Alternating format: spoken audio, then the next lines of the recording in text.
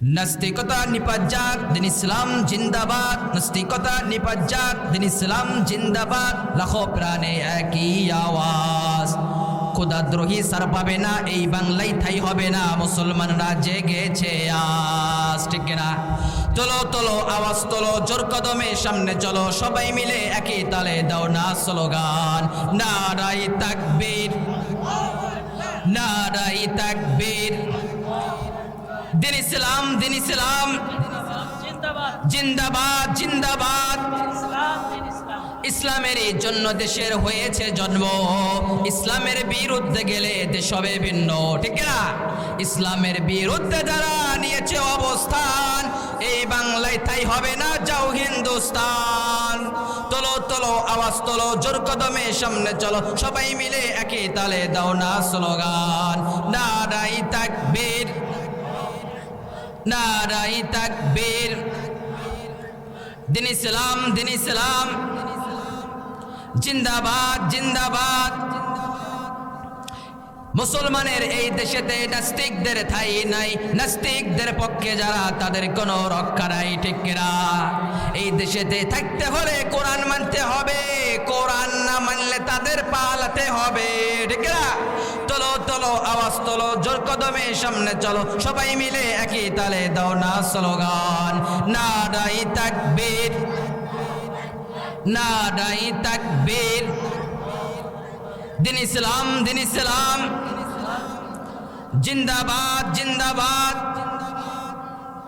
নারায়ে তাকবীর।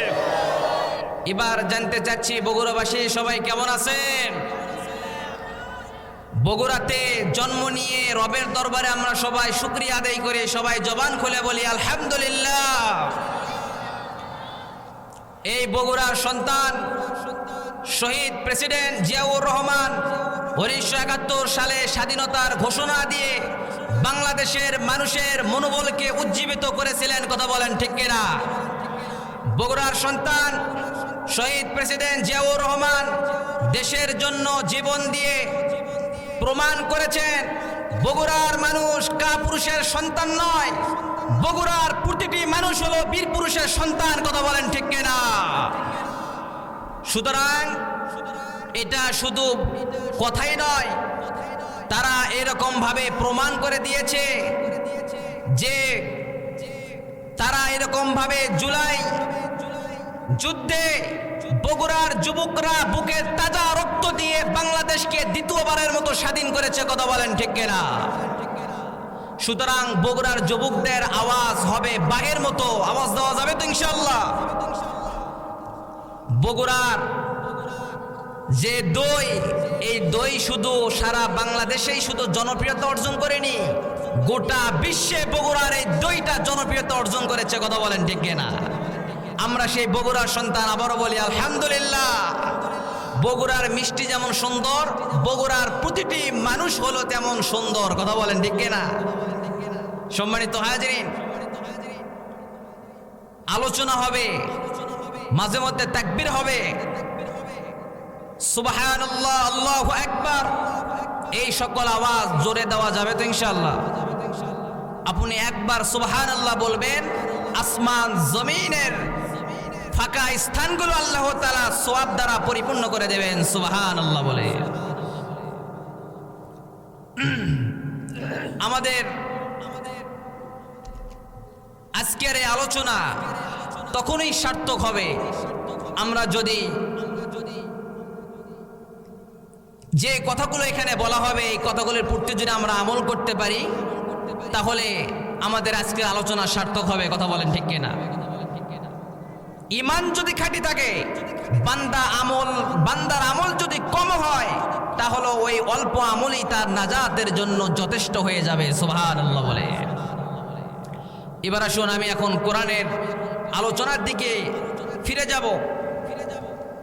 তার আগে বলতে চাই, এখানে আমার পাশে বিএনপির ভাইয়েরা থাকতে পারে, জামাতের ভাইয়েরা থাকতে পারে, এনসিপির ভাইয়েরা থাকতে পারে, বিভিন্ন দলের ভাইয়েরা থাকতে পারে, কিন্তু কথা হলো একটাই, এখানে আল্লাহর কোরআনের মাহফিল।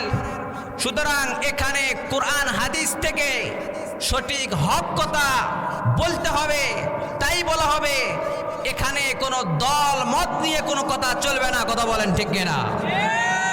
এখানে কোরআনের কথা হবে। আল্লাহ তাআলা কোরআন দিয়েছেন, এই কোরআন আমাদের জীবন বিধান, আমাদের সংবিধান।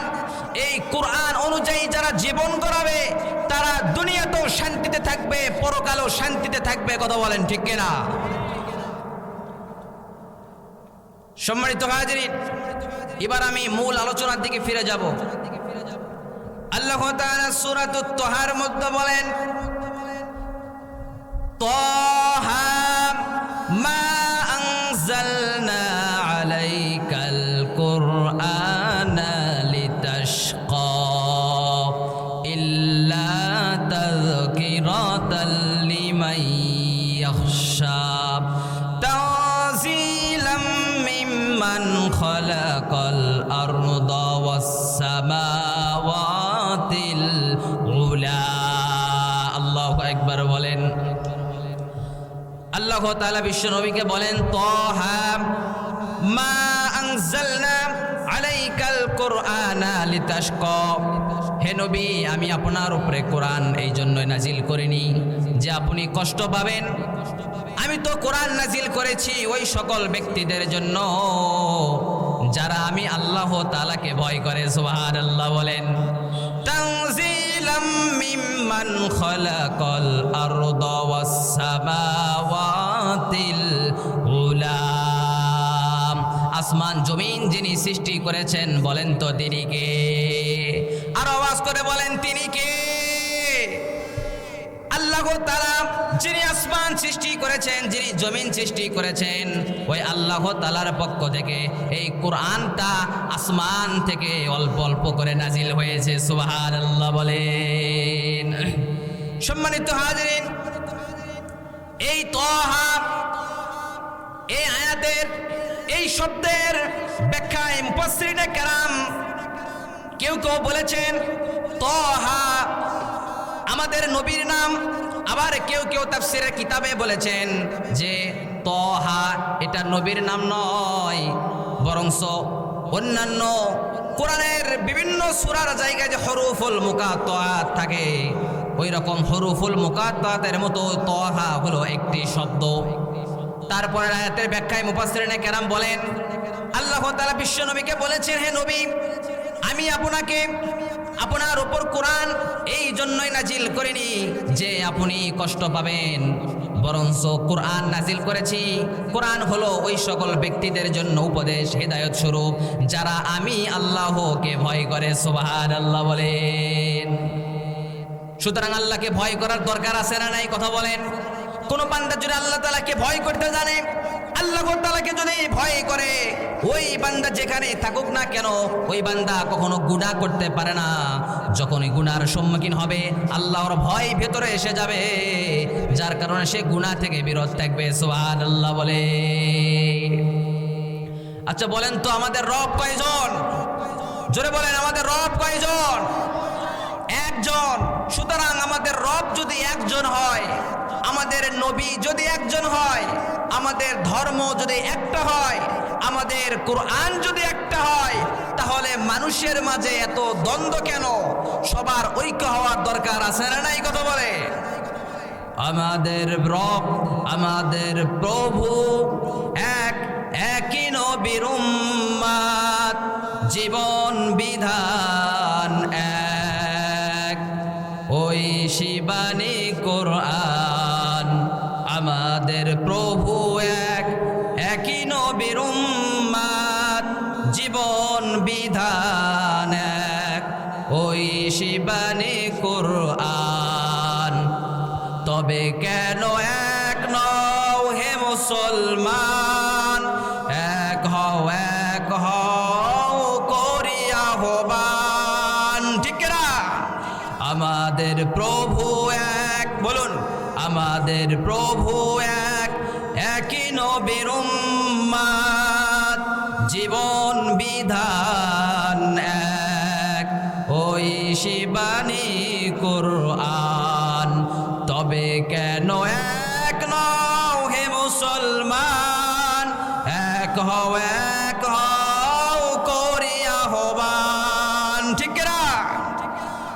বাইতুল্লাহ এক, মদিনা শরীফ এক, উহুদ পাহাড় এক, বদরের মাঠ এক, ঠিক না? একটা তো জীবন আর মরণও যে একটাই, একই সাথে মিলে মিশে একটাই প্রাণ। তবে কেন এক নও হে মুসলমান, এক হও করিয়া হবান, ঠিক কেন বলে? সব এক হলে মুসলমান কেন আজকে মুসলমানের মধ্যে কেন ঐক্য নাই?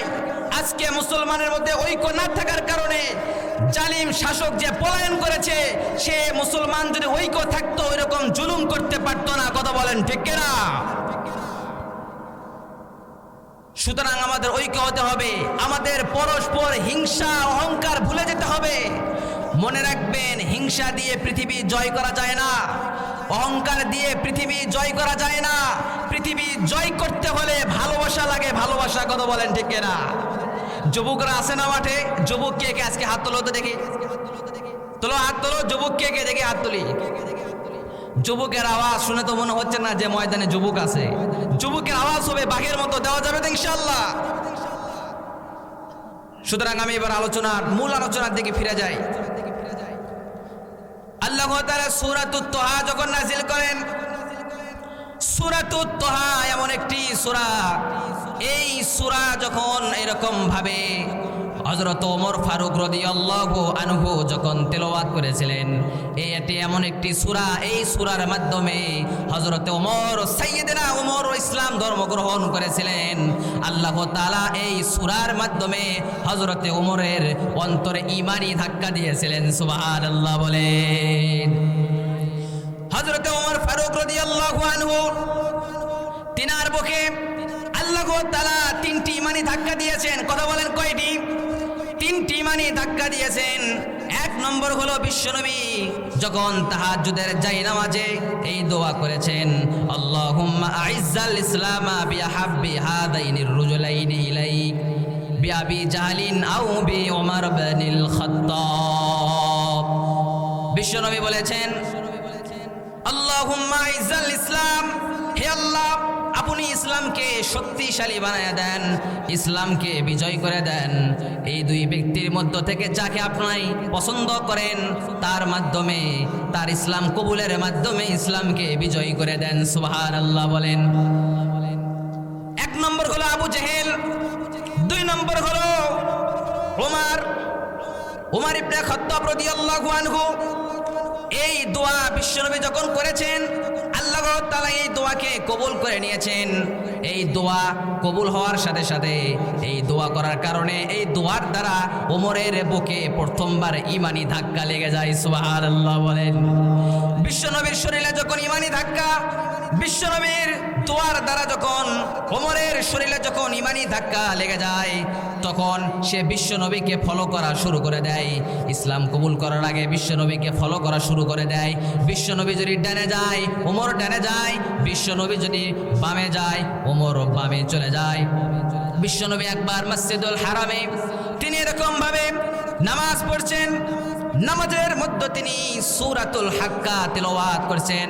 আল হাক্কাতু মাল হাক্কা ওয়া মা আদরাকা মাল হাক্কা। আল্লাহু আকবার বলেন। এই সূরা তেলাওয়াত করছেন কত সুন্দর করে, কত সুমধুর কণ্ঠে সূরা তেলাওয়াত করছে। ওমর বিশ্বনবীর জবান থেকে কোরআনী তেলাওয়াত শুনে মুগ্ধ হয়ে গিয়েছেন। এত সুন্দর তেলাওয়াত আমি জীবনে কোনোদিন শুনিনি। আল্লাহু আকবার বলে। ওমর বিশ্বনবীর তেলাওয়াত শুনে মুগ্ধ হয়ে গিয়েছে।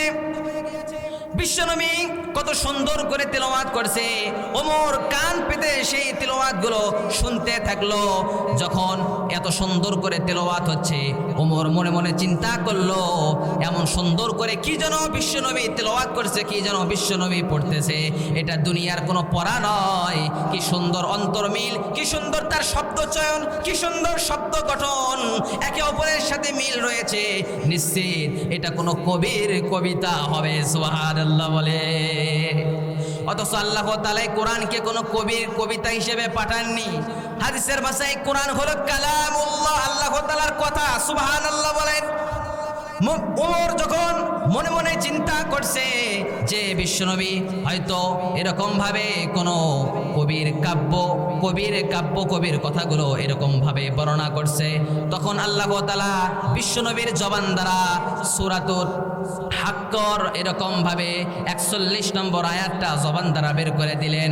ওই আয়াতের মাধ্যমে বিশ্বনবী তাকে জবাব দিয়ে দিলেন। সুবহানাল্লাহ বলেন। বিশ্বনবীর জবান দ্বারা বললেন, وما هو بقول شاعر قليلا ما تؤمنون।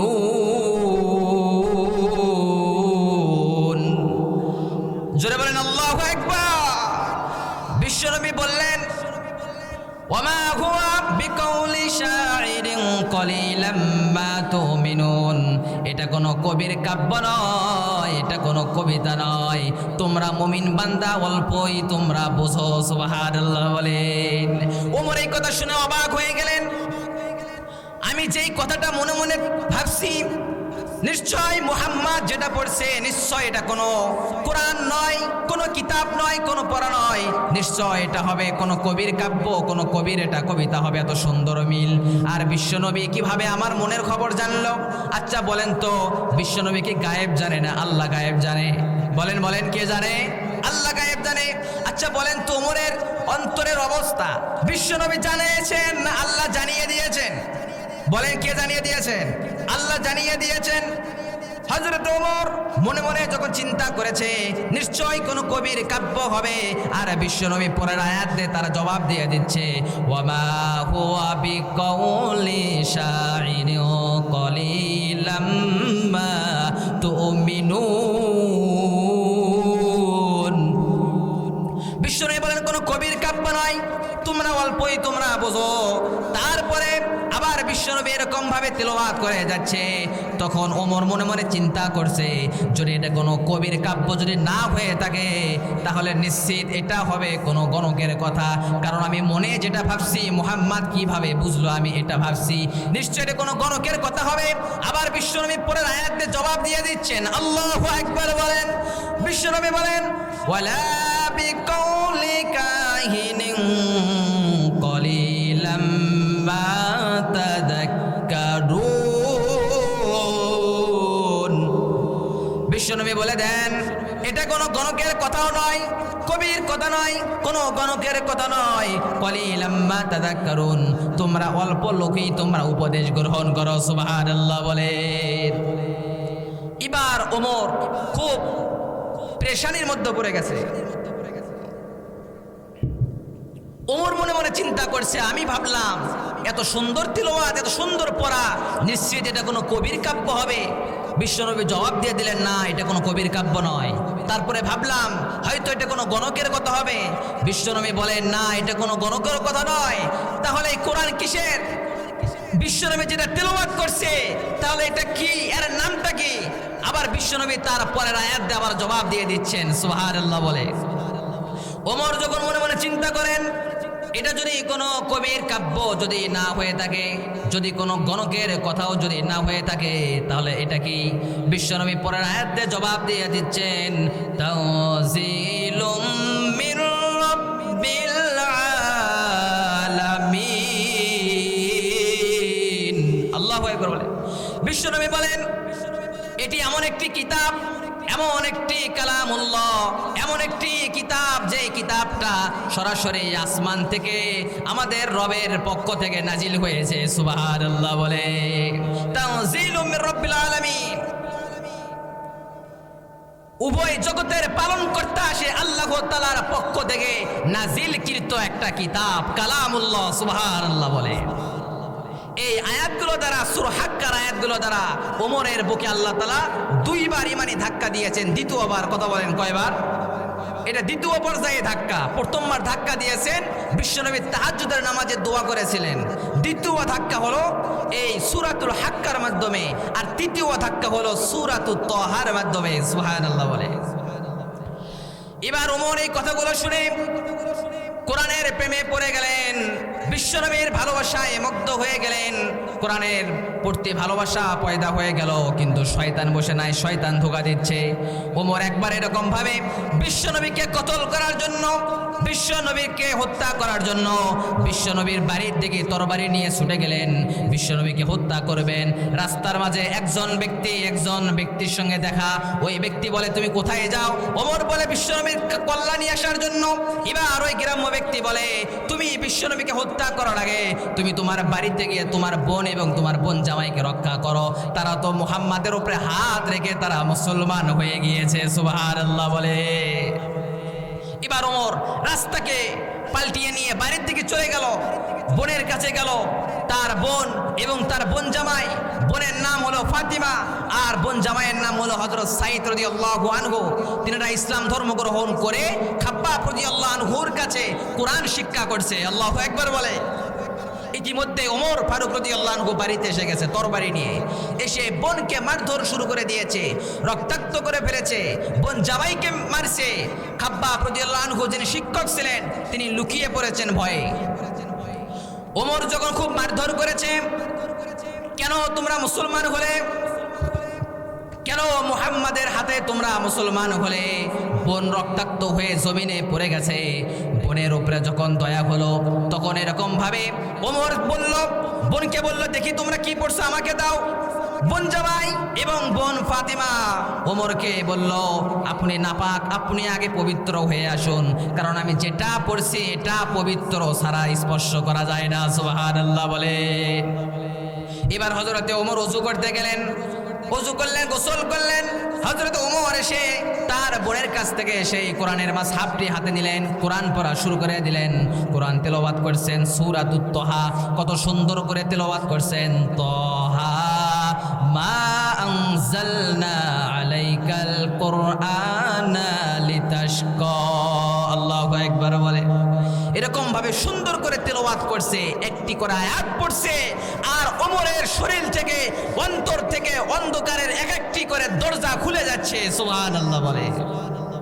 আল্লাহ তাআলা সূরা তাহার মাধ্যমে তৃতীয়বারের ইমানি ধাক্কা দিয়েছেন হযরত ওমরের বুকে। এই তিনবার ইমানি ধাক্কা যখন লেগে গেল, হযরত ওমর ইসলামকে ভালোবেসে ফেললো, ইসলামের প্রতি মহাব্বত চলে আসলো।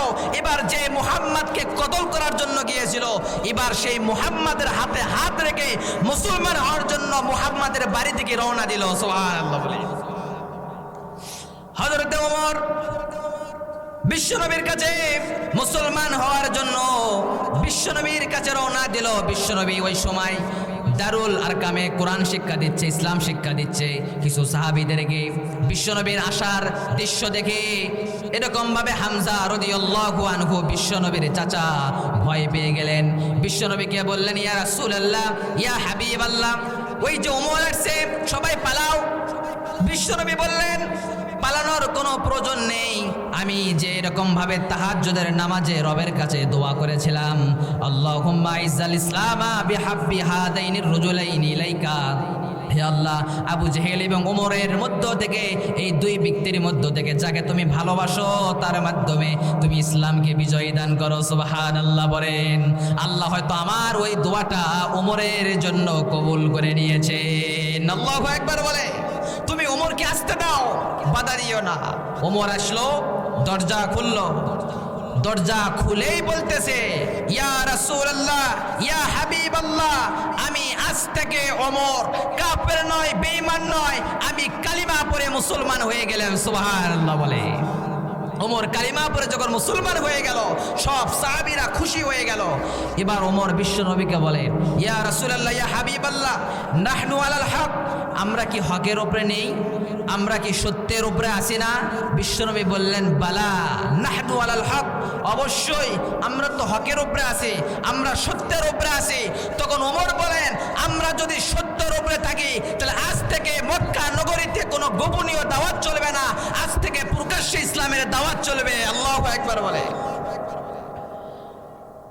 ওমর এবার বিশ্বনবীকে বললেন, ইয়া রাসূলুল্লাহ, ইয়া হাবিবাল্লাহ, আমি একটা মিছিল বের করতে চাই। বিশ্বনবী অনুমতি দিবেন না। বিশ্বনবী চিন্তায় পড়ে গেলেন। মাত্র মুসলমানের সংখ্যা হলো খুবই কম। এই মুহূর্তে যদি মিছিল যদি বের করা হয় কাফেররা আক্রমণ করবে, কিন্তু হযরত ওমরের কথায় তিনি রাজি হয়ে গেলেন, বিশ্বনবী অনুমতি দিলেন। সেই মিছিলের জন্য 11 জন নৌযুবক রাজি হয়ে গিয়েছে। সুবহানাল্লাহ বলেন। 1 নম্বর লাইনে, প্রথম লাইনের সামনে হযরতে ওমর, তৃতীয় লাইনের শুরুতে হযরতে হামজা। আল্লাহু আকবার বলেন।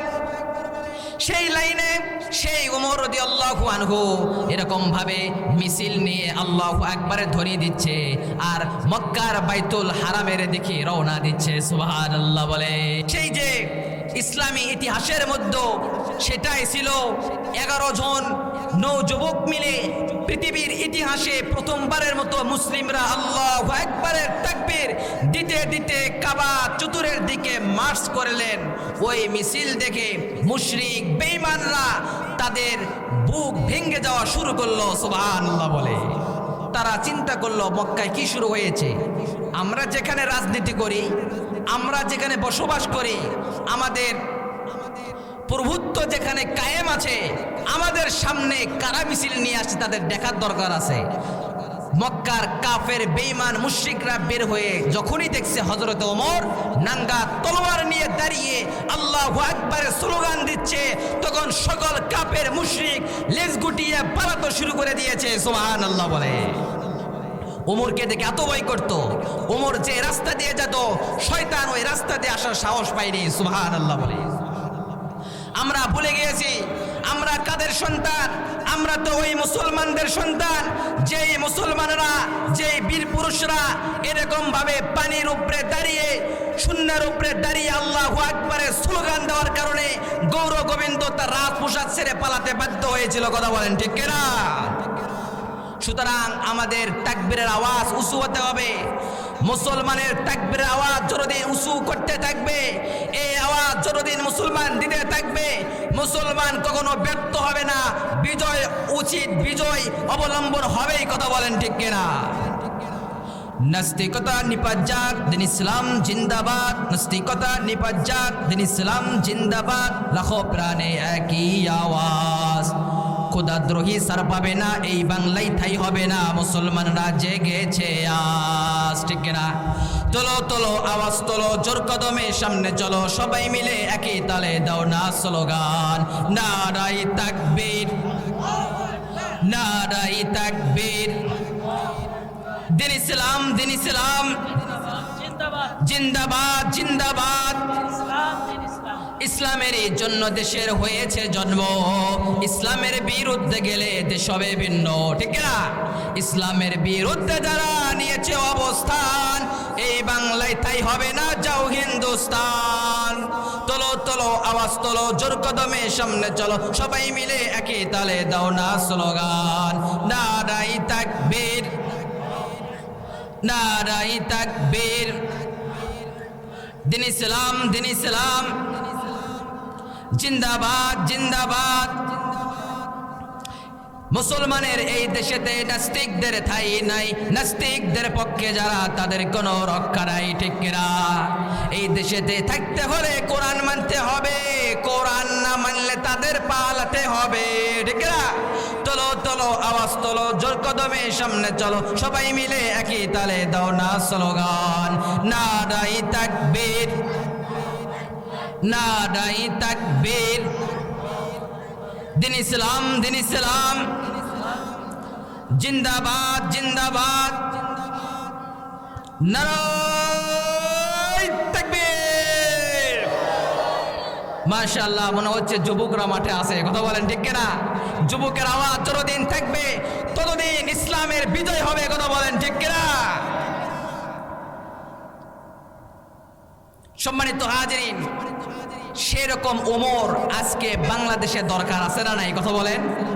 আমরা বেশি চাই না, আমরা সেই ওমরের মতো একজন ওমরকে চাই।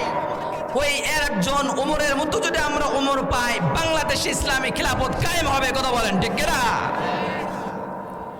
তো ওমরের এই কাণ্ড দেখে কাফের মুশরিক বেঈমান সবাই ভয় পেয়ে গেল।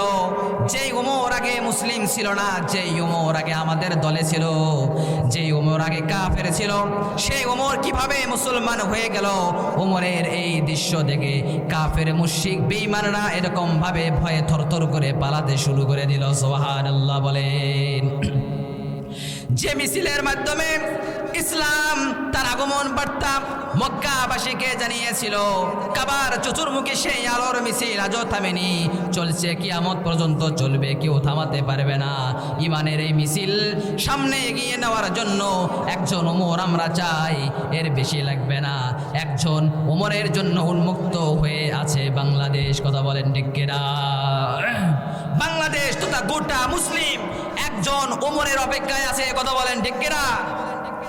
দাও খোদা দাও আবার আমায় ওমর দারাজ দিল, দাও খোদা দাও আমায় আবার ওমর দারাজ দিল, দাও আলীর মতো বীর সেনানি, আলীর মতো বীর সেনানি জাগাতে নিখিল, দাও খোদা দাও আমায় আবার ওমর দারাজ দিল, দাও খোদা দাও আমায় আবার ওমর দারাজ দিল। বলেন আমিন। সেই ওমরের ক্ষেত্রে রাসূল বলেন, লাউ কানা বাদি নাবিয়্যুন লাকানাল ওমর, আমি আমার পরে যদি কোনো নবী থাকতো তাহলে সে নবী হতো ওমর। সুবহানাল্লাহ বলেন। বিশ্ব নবী বলেন, আনা খাতামুন নাবিয়্যিন, আমি হলাম শেষ নবী, লা নাবিয়্যা বাদি, আমার পরে আর কোনো নবী নাই। লাউ কানা বাদি নাবিয়্যুন লাকানাল ওমর, আমার পরে যদি কোনো নবী থাকতো তাহলে সেটাই হতো ওমর। সুবহানাল্লাহ বলেন। আচ্ছা বলেন তো আমাদের শেষ নবীর নাম কি? বলেন বলেন, শেষ নবীর নাম কি? মুহাম্মদ সাল্লাল্লাহু আলাইহি ওয়াসাল্লাম। আমাদের নবীকে যারা শেষ নবী হিসেবে মানবে না, সে ঈমানদার থাকতে পারে না। কথা বলেন ঠিক কিনা? বিশ্ব নবী বলেন, আমার পরে যদি আল্লাহ কাউকে নবী বানাতেন তাহলে ওমরকে নবী বানাতেন। সুবহানাল্লাহ বলে। কারণ ওমরের মধ্যে আল্লাহ তাআলা নবী হওয়ার যোগ্যতাগুলো ঢুকিয়ে দিয়েছেন। সুবহানাল্লাহ বলে। কারণ ওমরের মধ্যে দিনদারিত্ব ছিল বেশি এবং আল্লাহ তাআলার ভয় ছিল। ওমরের মাঝে যোগ্যতাও ছিল, নবী হওয়ার যোগ্যতাগুলো ওমরের মাঝে আল্লাহ তাআলা দিয়েছেন। বিশ্বনবী একবার স্বপ্নে দেখেন, বিশ্বনবী একবার স্বপ্নে দেখেন যে বিশ্বনবী এরকম ভাবে দুধ পান করছেন, আর বিশ্বনবীর হাতের অবশিষ্টাংশ বাকি অংশ দিয়ে যে দুধগুলো বের হচ্ছে, সেই দুধগুলো ওমর পান করছে। সুবহানাল্লাহ বলেন। সাহাবীরা যখন জিজ্ঞাসা করলো, ইয়া রাসূলুল্লাহ, ইয়া হাবিবাল্লাহ, এর ব্যাখ্যা কি? বিশ্বনবী তার ব্যাখ্যা করলেন, দুধের ব্যাখ্যা করলেন ইলম দিয়ে, জ্ঞান দিয়ে ব্যাখ্যা করলেন যে আমি দুধ পান করেছি, আমার নখের আগাল দিয়ে যে অবশিষ্টাংশ দুধ বের হয়েছে সেই দুধগুলো ওমর পান করেছে। আর এর ব্যাখ্যা হলো দুধের সাথে, দুধের ব্যাখ্যা হলো ইলম, জ্ঞান, অর্থাৎ আল্লাহ তাআলা এর কারণে ওমরের মধ্যে এমন জ্ঞান দিয়েছে পৃথিবীতে কাউকে ওইরকম জ্ঞান দেয়নি। সুবহানাল্লাহ বলেন। বিশ্বনবী দুধের ব্যাখ্যা করেছেন জ্ঞান দিয়ে, অর্থাৎ আল্লাহ ওমরকে অনেক অনেক জ্ঞান দান করেছেন। সুবহানাল্লাহ বলেন। শুধু তাই নয়, বিশ্বনবী আরেকদিন স্বপ্নে দেখেন কিছু মানুষকে বিশ্বনবীর সামনে নিয়ে আসা হলো, কারো জামা বুক পর্যন্ত, আবার কারো জামা তার থেকে নিচে হাঁটু পর্যন্ত, কিন্তু ওমরকে দেখা গেল হযরতে ওমর এরকম ভাবে তার জামা হলো সব চাইতে লম্বা। সুবহানাল্লাহ বলেন। সাহাবারা জিজ্ঞাসা করলো, ইয়া রাসূলুল্লাহ, ইয়া হাবিবাল্লাহ, এর ব্যাখ্যা কি? বিশ্বনবী বললেন যে ওমরের সবচাইতে কাপড় লম্বা হওয়ার ব্যাখ্যা হলো যে ওমর হলো দিনদারিত্বের দিক দিয়ে সবচাইতে বড় পরহেজগার। সুবহানাল্লাহ বলেন। এই জন্য বিশ্বনবী বলেছেন, লাউ কানা বাদি নাবিয়্যুন লাকানাল ওমর, আমার পরে যদি কেউ নবী হতো তাহলে আল্লাহ ওমরকে নবী বানাতো। সুবহানাল্লাহ বলে। কারণ ওমরের মধ্যে আল্লাহ তাআলা সেই জ্ঞান দিয়ে দিয়েছেন। সেই ওমর তিনি যারা যেই রাস্তা দিয়ে হাঁটতেন, শয়তান ওই রাস্তা দিয়ে যাওয়ার কখনো সাহস পায়নি। আমরা তো আমাদের ছোট বাচ্চাদেরকে খানা খাওয়াই, বিভিন্ন বিভিন্ন পাগলের ভয় দেখে, বিভিন্ন ভূতের ভয় দেখে, বিভিন্ন মানুষের বিভিন্ন প্রাণীর ভয় দেখে আমাদের সন্তানদেরকে খানা খাওয়ায়। কিন্তু ওই জামানার মহিলারা তাদের সন্তানদেরকে খানা খাওয়াতো ওমরের ভয় দেখাতে। সুবহানাল্লাহ বলেন। ওই জামানার মহিলারা বলতো ভাত খাও, না হলে ওই তো ওমর আসছে, আর বাচ্চা খানা খেত। সুবহানাল্লাহ বলেন। ওমরকে দেখে প্রতিটি মাখলুকাত ভয় করত। সুবহানাল্লাহ বলে। প্রভু তুমি বলেছ রাসূল দেবে না, বলনি দিবে না ওমর, বলনি দিবে না হামজা তারিক, খালিদ বিজয় সমর। প্রভু তুমি বলেছ রাসূল দেবে না, বলনি দিবে না ওমর, বলনি দিবে না হামজা তারিক, খালিদ বিজয় সমর। মারহাবা বলে। আল্লাহ তাআলা তো বলেছেন আর কোন রসুল দেবেন না, কিন্তু আল্লাহ তো বলেননি আর ওমর দেব না, আর হামজা দেব না। গোটা মুসলিম বিশ্ব তাকিয়ে আছে, একজন ওমরকে দরকার। এরকম ওমর যদি শাসক হয়, বাংলাদেশে দুর্নীতি আর থাকবে না। কথা বলেন ঠিক কিনা? হযরত ওমরের বড্ড দরকার। বিশ্বনবী কাটিয়েছিলেন আইয়ামে জাহিলিয়াতের সেই অন্ধকার আর আধুনিক জাহিলিয়াতের অন্ধকার ওমানিশা ভেদ করে হীরার আলোয় উদ্ভাসিত এক কল্যাণময় সমাজ ব্যবস্থা কায়েমের জন্য এরকম একজন ওমর বড্ড দরকার। কথা বলেন ঠিক কিনা? সম্মানিত হাজিরিন, ওমর ইসলাম ধর্ম গ্রহণ করল। আবার বিশ্বনবী জনাবে রাসূলুল্লাহ সাল্লাল্লাহু আলাইহি ওয়াসাল্লাম ওমরের ভবিষ্যদ্বাণী করে গিয়েছেন, ওমরের জন্য দোয়া করে গিয়েছেন। ওমরের মধ্যে আল্লাহ তাআলা নবী হওয়ার যোগ্যতা দিয়েছেন। আবার ওমর রাদিয়াল্লাহু আনহু তিনার সমর্থনে, তিনার কথার দ্বারা আল্লাহ তাআলা অনেক কোরআনের আয়াতগুলো নাজিল করেছেন। সুবহানাল্লাহ বলেন। ওমর এমন একটি নেতা ছিল, নিজে তিনি অর্ধ পৃথিবী তিনি শাসন করেছেন, নিজের সন্তানদের প্রতি তিনি খেয়াল রেখেছেন। আমরা যদি কেউ চেয়ারম্যান মেম্বার যদি হয়, আমরা নিজেদের পরিবার, নিজেদের আত্মীয় স্বজনের বিচারের ক্ষেত্রে আমাদের কলিজা নরম হয়ে যায়। কিন্তু ওমর একজন শাসক ছিলেন, নিজের পরিবারের ব্যাপারে তিনি খুব কঠোর ছিলেন। সুবহানাল্লাহ বলেন। হযরত ওমরের ছেলে আব্দুল্লাহ ইবনে ওমর তিনি একবার এরকম ভাবে ব্যবসায়ী কাফেলা থেকে 40,000 দিরহাম দিয়ে কিছু মালামাল ক্রয় করলো। সেই 40,000 দিরহাম দ্বারা মালামাল ক্রয় করার কারণে যখন তিনার বাবা ওমর যখন জানতে পারলো যে আমার সন্তানকে তো সবাই চেনে, যে আমার সন্তানকে সবাই চেনে, বিশ্বনবীর সাথে ভালো সুসম্পর্ক রয়েছে, সুতরাং আমার সন্তানের প্রতি ব্যবসায়ীরা মায়া করে ভালোবেসে অল্প টাকায় অনেক জিনিস দিয়েছে। আমি ওমর থাকাকালীন এটা কখনো হতে পারে না। ইনসাফ হবে সব জায়গায়, বাইরেও যেমন ইনসাফ হবে, ভেতরে নিজের সন্তান, নিজের স্ত্রীদের উপর ইনসাফ কায়েম করার দরকার আছে না নাই? কথা বলে। এবার ওমর তার সন্তানকে ডাকতে বলে, বাবা তুমি যে মালামালগুলো ক্রয় করেছো কত দিয়ে? 40,000 দিরহাম। তুমি যাও সেগুলো ফেরত দিয়ে আসো, আমি তোমাকে তার চেয়ে বেশি দেব। কারণ তোমাকে সবাই চেনে, তোমার প্রতি ভালোবেসে, তোমার প্রতি মানুষের দিলটা নরম হয়ে তোমাকে আমার কথা শুনে তোমাকে অল্প টাকায় বেশি মালামাল দিয়েছে। তুমি যাও সেগুলো ফেরত দিয়ে আসো। আল্লাহু আকবার বলে।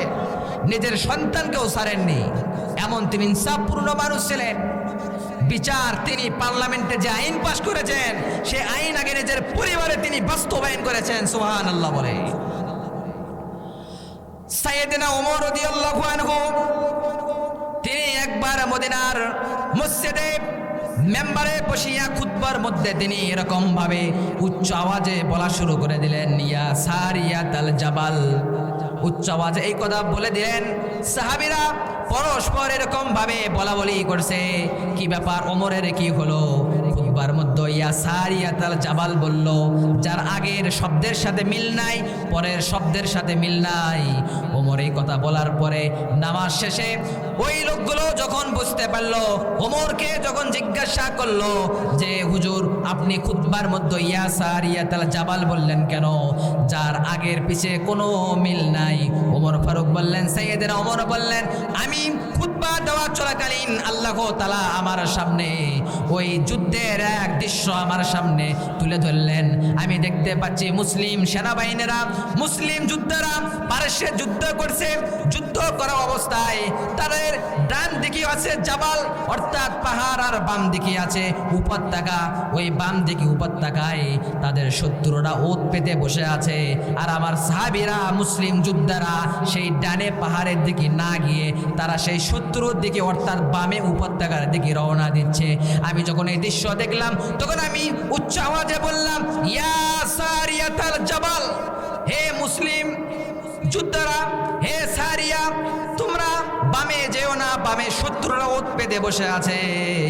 তোমরা জাবাল অর্থাৎ তোমরা পাহাড়ের দিকে যাও, তাহলে তোমাদের বিজয় নিশ্চিত হবে। সুবহানাল্লাহ বলে সাহাবীরা এই কথা শুনে অবাক হয়ে গেলে, কি ব্যাপার? সাইয়েদনা ওমর মদিনার মেম্বার থেকে এরকম ভাবে এই দৃশ্য কিভাবে বুঝলেন, কিভাবে দেখলেন? এটা বিশ্বাস হচ্ছে না অনেকের। যখন ওই সকল সাহাবীরা যুদ্ধ শেষ করে যখন নিজেদের বাড়ি দিকে ফিরে আসলো, ওই সাহাবীরা জিজ্ঞাসা করলো যে তোমাদের যুদ্ধের সময় কি এরকম আওয়াজ পেয়েছিলে ইয়া সারিয়াতাল জাবাল? ওই সকল যোদ্ধারা বলা শুরু করলো, হ্যাঁ অবশ্যই পেয়েছি। যুদ্ধ চলাকালীন আমরা ইয়া সারিয়াতাল জাবাল এই আওয়াজটা শুনে পেয়েছি।